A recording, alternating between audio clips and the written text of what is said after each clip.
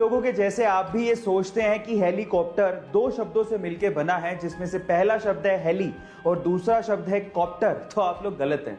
Actually helicopter बना तो दो शब्दों से मिलकर ही है, लेकिन वो दो शब्द हेली एंड कॉप्टर नहीं है। वो दो शब्द हैं हेलिको एंड टर, जिसमें हेलिको का मतलब होता है स्पाइरल और टर का मतलब होता है विंग्स, यानी कि स्पाइरल विंग्स। गाइस, ये अमेजिंग इंफॉर्मेशन आपको कैसे लगी चैट सेक्शन में जरूर लिखिएगा। और अगर आप ऐसी amazing facts and motivational videos देखना चाहते हैं तो हमारे चैनल को सब्सक्राइब करिएगा, वीडियो को शेयर करिएगा और लाइक करना मत भूलिएगा। मिलता है अगली वीडियो में।